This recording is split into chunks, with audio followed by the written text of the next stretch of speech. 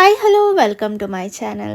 ಇವತ್ತಿನ ವಿಡಿಯೋದಲ್ಲಿ ನಾನು ನಿಮಗೆ ಡೆಸಿಕೇಟೆಡ್ ಕೊಕೊನಟ್ ರೆಸಿಪಿ ಯಾವ ರೀತಿ ಮಾಡೋದು ಅಂತ ತೋರಿಸ್ಕೊಡ್ತೀನಿ. ತುಂಬ ಸಿಂಪಲ್. ಬನ್ನಿ ನೋಡೋಣ. ಒಂದೇ ಒಂದು ಕಾಯಿ ಇದ್ದರೆ ಸಾಕು, ತೆಂಗಿನಕಾಯಲ್ಲಿ. ಬನ್ನಿ, ಸೇಮ್ ಮಾರ್ಕೆಟ್ ಸ್ಟೈಲಲ್ಲೇ ನಾವು ಮಾಡ್ಕೋಬೋದು ಮನೆಯಲ್ಲೇ. ಸೊ ವಿಡಿಯೋ ನೋಡೋಕ್ಕೂ ಮುಂಚೆ ನನ್ನ ಚಾನಲ್ಗೆ ಹೊಸ ವ್ಯೂವರ್ಸ್ ಆಗಿದ್ದರೆ ಚಾನಲ್ನ ಸಬ್ಸ್ಕ್ರೈಬ್ ಮಾಡ್ಕೊಳ್ಳಿ. ಹಾಗೆ ವಿಡಿಯೋ ಇಷ್ಟ ಆದರೆ ಲೈಕ್ ಮಾಡೋದನ್ನು ಮರಿಬೇಡಿ. ಹೀಗೆ ನನ್ನ ವೀಡಿಯೋಸ್ಗೆ ಸಪೋರ್ಟ್ ಮಾಡ್ತಾಯಿರಿ ಅಂತ ಹೇಳ್ತಾ ಬನ್ನಿ ವಿಡಿಯೋ ನೋಡೋಣ. ಮೊದಲಿಗೆ ನಾನಿಲ್ಲಿ ಒಂದು ಕಾಯಿ ತಗೊಂಡಿದ್ದೀನಿ. ಸೊ ಕಾಯಿದು ಈ ಏನು ಬ್ಲ್ಯಾಕ್ ಕಲರ್ ಪಾರ್ಟ್ ಇದೆಯಲ್ಲ ಅದನ್ನು ನಾವು ತೆಗಿಬೇಕಾಗತ್ತೆ. ಕೇವಲ ನಮಗೆ ವೈಟ್ ಕಲರ್ದೇನು ಕಾಯಿ ಪಾರ್ಟ್ ಇದೆ ಅದು ಮಾತ್ರ ಬೇಕು. ಸೊ ಹಾಗಾಗಿ ನಾನಿಲ್ಲಿ ಬ್ಲ್ಯಾಕ್ ಕಲರ್ ಪಾರ್ಟೆಲ್ಲ ತೆಗಿತಾ ಇದ್ದೀನಿ. ಸೊ ಎಲ್ಲದನ್ನು ಅದೇ ರೀತಿ ಮಾಡ್ಕೊಳ್ಳಿ.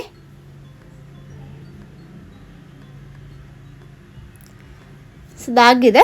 ಇವಾಗ ಇದನ್ನು ಚಿಕ್ಕ ಚಿಕ್ಕದಾಗಿ ಪೀಸಸ್ ಕಟ್ ಮಾಡ್ಕೊಳ್ಳೋಣ. ನಾವು ಇದನ್ನು ಗ್ರೈಂಡ್ ಮಾಡ್ಕೋಬೇಕಾಗತ್ತೆ. ಸೊ ಮಿಕ್ಸಿಯಲ್ಲಿ ಹಾಕೋದಕ್ಕೆ ಚಿಕ್ಕ ಚಿಕ್ಕದಾಗಿ ಪೀಸಸ್ಗಳು ಮಾಡ್ಕೊಳ್ಳಿ.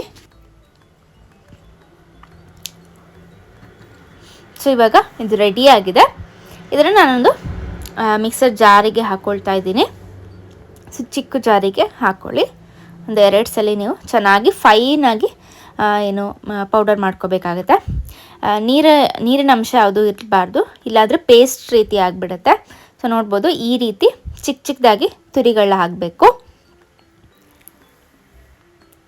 ಸೊ ಮಿಕ್ಸಿಯಲ್ಲಿ ನೀವು ಮಾಡ್ಕೋಬೇಕಾದ್ರೆ ಒಂದೇ ಸ್ಪೀಡಲ್ಲಿ ಮಾಡ್ಕೋಬೇಡಿ, ಸ್ವಲ್ಪ ಆಫ್ ಆನ್ ಮಾಡ್ಕೊಳ್ಳಿ. ಆವಾಗ ಈ ರೀತಿ ಆಗುತ್ತೆ, ಇಲ್ಲಾಂದರೆ ಪೇಸ್ಟ್ ರೀತಿ ಆಗಿಬಿಡುತ್ತೆ. ಸೊ ನೆಕ್ಸ್ಟ್ ಅದನ್ನು ಒಂದು ಪ್ಯಾನಿಗೆ ಹಾಕ್ಕೊಂಡು ಲೋ ಫ್ಲೇಮಲ್ಲೇ ನೀವು ಇದನ್ನು ಫ್ರೈ ಮಾಡ್ಕೋಬೇಕಾಗುತ್ತೆ.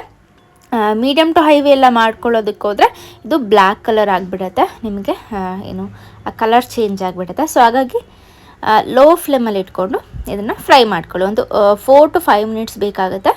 ಇದನ್ನು ನೀವು ಫ್ರೈ ಮಾಡ್ಕೋಬೇಕಾಗತ್ತೆ. ಸೊ ಇಷ್ಟೇ ಸಿಂಪಲ್ ರೆಸಿಪಿ, ಟ್ರೈ ಮಾಡಿ ನೋಡಿ. ಈ ನಾವು ಮಾರ್ಕೆಟಿಂದೆಲ್ಲ ತರೋ ಬದಲು ಇದನ್ನು ನಾವು ಮನೆಯಲ್ಲೇ ಈಸಿಯಾಗಿ ಮಾಡ್ಕೋಬೋದು.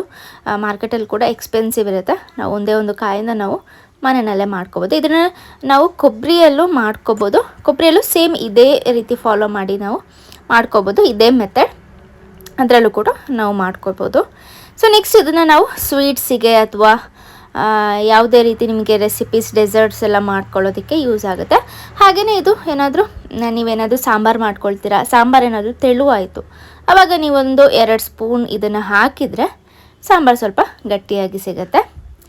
ಸೊ ಇದು ಎಲ್ಲದಕ್ಕೂ ಯೂಸ್ಫುಲ್ ಆಗಿದೆ. ಸೊ ನೋಡ್ಬೋದು, ಇದು ಫ್ರೈ ಆಗಿ ಇದೊಂಥರ ಉದ್ರುದ್ರಾಗಿ ಆಗಿದೆ. ಸೊ ಇವಾಗ ನಮಗೆ ಆಗಿದೆ ಅಂತ ಅರ್ಥ. ಒಂದು 2 ಮಿನಿಟ್ಸ್ ಎಕ್ಸ್ಟ್ರಾ ನಾನು ಮಾಡ್ಕೊಂಡಿದ್ದೀನಿ. ಸೊ ಇದನ್ನು ನಾವು 8 ಕಂಟೈನರಲ್ಲಿ ಫ್ರಿಜ್ಜಲ್ಲಿ ಒಂದು 6 ಮಂತ್ಸ್ ಸ್ಟೋರ್ ಮಾಡ್ಕೋಬೋದು. ಸೊ ನೋಡ್ಬೋದು, ನಮ್ಮ ಡೆಸಿಕೇಟೆಡ್ ಕೊಕೊನಟ್ ಇಲ್ಲಿ ರೆಡಿ ಆಗ್ತಾ ಇದೆ. ಸೊ ಮೇಯ್ನ್ ಇದರಲ್ಲಿ ಫ್ಲೇಮ್ನ ನೀವು ಜಾಸ್ತಿ ಇಡೋದಕ್ಕೆ ಹೋಗಬೇಡಿ, ಲೋ ಫ್ಲೇಮಲ್ಲೇ ಇಟ್ಟು ಮಾಡ್ಕೋಬೇಕಾಗತ್ತೆ.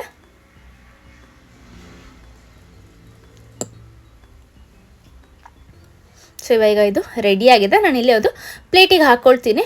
ಪ್ಲೇಟಿಗೆ ಹಾಕಿ ಇದು ಪೂರ್ತಿಯಾಗಿ ತಣ್ಣಗಾಗೋದಕ್ಕೆ ಬಿಡಬೇಕು. ತಣ್ಣಗಾದ್ಮೇಲೆ ನೀವು ಯೂಸ್ ಮಾಡ್ಕೋಬೋದು, ಅಥವಾ 8 ಕಂಟೈನರಲ್ಲಿ ನೀವು ಸ್ಟೋರ್ ಮಾಡಿ ಇಟ್ಕೋಬೋದು. ಯಾವಾಗ ಬೇಕಾದರೂ ನೀವು ಯೂಸ್ ಮಾಡ್ಕೋಬೋದು. ಸೊ ನೋಡ್ಬೋದು ಎಷ್ಟು ಚೆನ್ನಾಗಿ ನಮಗೆ ರೆಡಿಯಾಗಿದೆ ಅಂತ. ಸೊ ನಮಗೆ ಅನಿಸೋದೇ ಇಲ್ಲ ನಾವು ಮನೆಯಲ್ಲೇ ಮಾಡಿರೋದು ಅಂತ. ಸೇಮ್ ನಮಗೆ ಯಾವ ರೀತಿ ಸ್ಟೋರಲ್ಲೆಲ್ಲ ಸಿಗುತ್ತೆ ಅದೇ ರೀತಿ ರೆಡಿಯಾಗಿದೆ, ನೀವು ನೋಡ್ಕೋಬೋದು.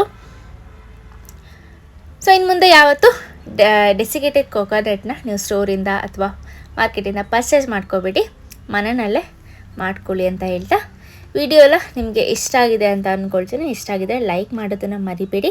ಹೀಗೆ ನನ್ನ ವೀಡಿಯೋಸ್ಗೆ ಸಪೋರ್ಟ್ ಮಾಡ್ತಾಯಿರಿ. ಇನ್ನೂ ಹೆಚ್ಚು ವೀಡಿಯೋಸ್ ಮಾಡೋದಕ್ಕೆ ನಿಮ್ಮ ಸಪೋರ್ಟ್ ನನಗೆ ಇಂಪಾರ್ಟೆಂಟ್ ಆಗುತ್ತೆ. ಸೊ ವಿಡಿಯೋ ಇಷ್ಟ ಆಯಿತು ಅಂತ ಅಂದ್ಕೊಳ್ತೀನಿ. ವಿಡಿಯೋನ ಇಲ್ಲಿಗೆ ಎಂಡ್ ಮಾಡ್ತಾಯಿದ್ದೀನಿ. Thank you for watching.